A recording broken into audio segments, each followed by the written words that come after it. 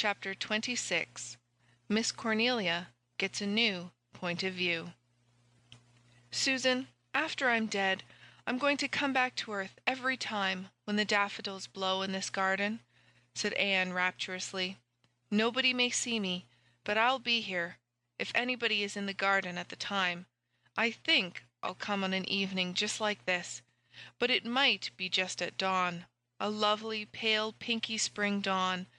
They'll just see the daffodils nodding wildly, as if an extra gust of wind had blown past them, but it will be I."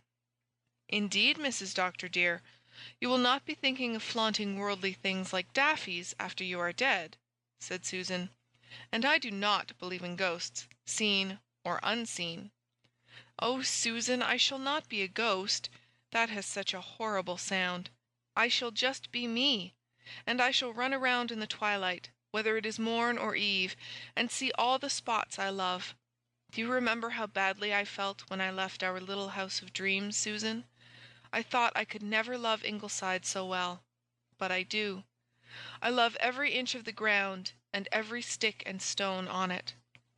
"I am rather fond of the place myself," said Susan, who would have died if she had been removed from it. "But we must not set our affections too much on earthly things, Mrs. Dr. dear. There are such things as fires and earthquakes. We should always be prepared. The Tom McAllisters over harbour were burned out 3 nights ago.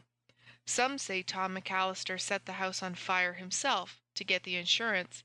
That may or may not be, but I advise the doctor to have our chimneys seen to at once. An ounce of prevention is worth a pound of cure.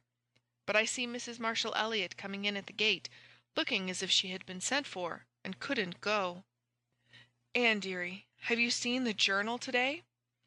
Miss Cornelia's voice was trembling, partly from emotion, partly from the fact that she had hurried up from the store too fast and lost her breath. Anne bent over the daffodils to hide a smile. She and Gilbert had laughed heartily and heartlessly over the front page of the journal that day, but she knew that to dear Miss Cornelia it was almost a tragedy, and she must not wound her feelings by any display of levity. "Isn't it dreadful? What is to be done?" asked Miss Cornelia despairingly. Miss Cornelia had vowed that she was done with worrying over the pranks of the manse children, but she went on worrying just the same. Anne led the way to the veranda, where Susan was knitting, with Shirley and Rilla conning their primers on either side. Susan was already on her second pair of stockings for Faith. Susan never worried over poor humanity. She did what in her lay for its betterment, and serenely left the rest to the higher powers. "Cornelia Elliott thinks she was born to run this world, Mrs. Dr. dear," she had once said to Anne, "and so she is always in a stew over something. I have never thought I was, and so I go calmly along, not but what it has sometimes occurred to me that things might be run a little better than they are. But it is not for us poor worms to nourish such thoughts. They only make us uncomfortable and do not get us anywhere." "I don't see that anything can be done now," said Anne, pulling out a nice cushiony chair for Miss Cornelia. "But how in the world did Mr. Vickers allow that letter to be printed? Surely he should have known better." "Why, he's away, Anne dearie. He's been away to New Brunswick for a week, and that young scalawag of a Joe Vickers is editing the journal in his absence. Of course, Mr. Vickers would never have put it in, even if he is a Methodist. But Joe would just think it a good joke. As you say, I don't suppose there is anything to be done now, only live it down. But if I ever get Joe Vickers cornered somewhere, I'll give him a talking to he won't forget in a hurry. I wanted Marshall to stop our subscription to the journal instantly, but he only laughed and said that today's issue was the only one that had anything readable in it for a year.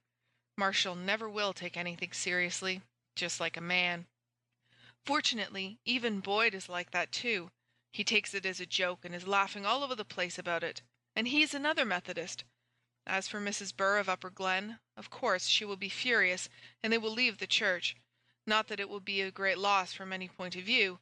The Methodists are quite welcome to them."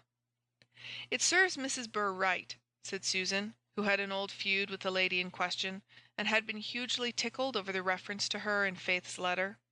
She will find that she will not be able to cheat the Methodist parson out of his salary with bad yarn." "The worst of it is, there's not much hope of things getting any better," said Miss Cornelia gloomily.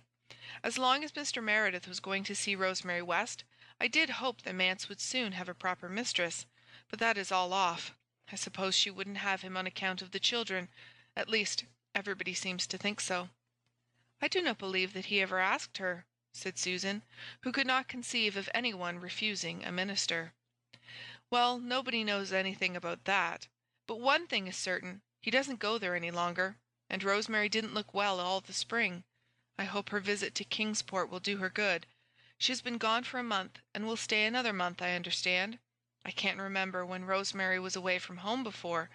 She and Ellen could never bear to be parted, but I understand Ellen insisted on her going this time. And meanwhile, Ellen and Norman Douglas are warming up the old soup." "Is that really so?" asked Anne, laughing. "I heard a rumor of it, but I hardly believed it." "Believe it! You may believe it all right, Anne dearie. Nobody is in ignorance of it. Norman Douglas never left anybody in doubt as to his intentions in regard to anything. He always did his courting before the public. He told Marshall that he hadn't thought about Ellen for years, but the first time he went to church last fall he saw her and fell in love with her all over again. He said he'd clean forgot how handsome she was. He hadn't seen her for 20 years, if you can believe it. Of course, he never went to church, and Ellen never went anywhere else round here. Oh, we all know what Norman means, but what Ellen means is a different matter. I shan't take it upon me to predict whether it will be a match or not.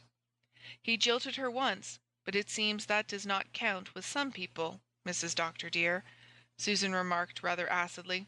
"He jilted her in a fit of temper and repented it all his life," said Miss Cornelia. "That is different from a cold-blooded jilting. For my part, I never detested Norman as some folks do. He could never overcrow me. I do wonder what started him coming to church. I have never been able to believe Mrs. Wilson's story, that Faith Meredith went there and bullied him into it. I've always intended to ask Faith herself, but I've never happened to think of it just when I saw her. What influence could she have over Norman Douglas? He was in the store when I left, bellowing with laughter over that scandalous letter. You could have heard him at Four Winds Point. 'The greatest girl in the world,' he was shouting. 'She's that full of spunk she's bursting with it. And all the old grannies want to tame her, darn them. But they'll never be able to do it. Never. They might as well try to drown a fish. Boyd, see that you put more fertilizer on your potatoes next year. Ho, ho, ho!' And then he laughed till the roof shook. 'Mr. Douglas pays well to the salary, at least,' remarked Susan. 'Oh, Norman isn't mean in some ways. He'd give 1,000 without blinking a lash, and roar like a bull of Bashan if he had to pay 5 cents too much for anything. Besides, he likes Mr. Meredith's sermons, and Norman Douglas was always willing to shell out if he got his brains tickled up. There is no more Christianity about him than there is about a black naked heathen in Africa, and never will be. But he's clever and well-read, and he judges sermons as he would lectures. Anyhow, it's well he backs up Mr. Meredith and the children as he does, for they'll need friends more than ever after this. I am tired of making excuses for them, believe me." "Do you know, dear Miss Cornelia," said Anne seriously, "I think we have all been making too many excuses. It is very foolish, and we ought to stop it. I'm going to tell you what I'd like to do. I shan't do it, of course."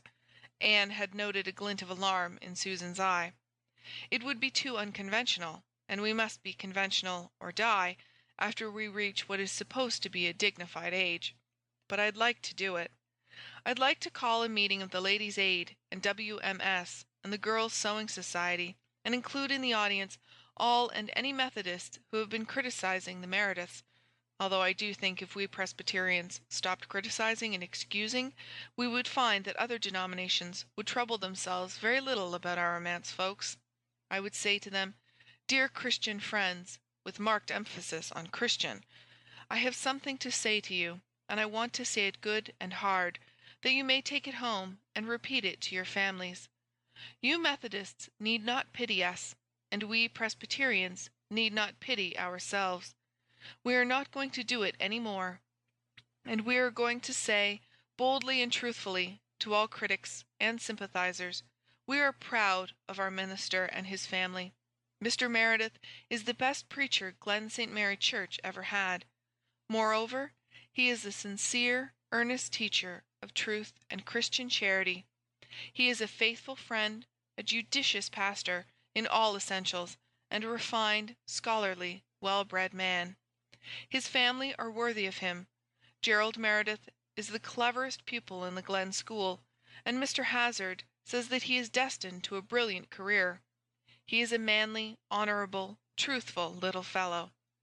Faith Meredith is a beauty, and as inspiring and original as she is beautiful. There is nothing commonplace about her. All the other girls in the Glen put together haven't the vim and wit and joyousness and spunk she has. She is not an enemy in the world. Everyone who knows her loves her. Of how many, children or grown-ups, can that be said? Una Meredith is sweetness personified. She will make a most lovable woman. Carl Meredith, with his love for ants and frogs and spiders, will some day be a naturalist whom all Canada, nay, all the world, will delight to honour. Do you know of any other family in the Glen, or out of it, of whom all these things can be said? Away with shamefaced excuses and apologies. We rejoice in our minister and his splendid boys and girls."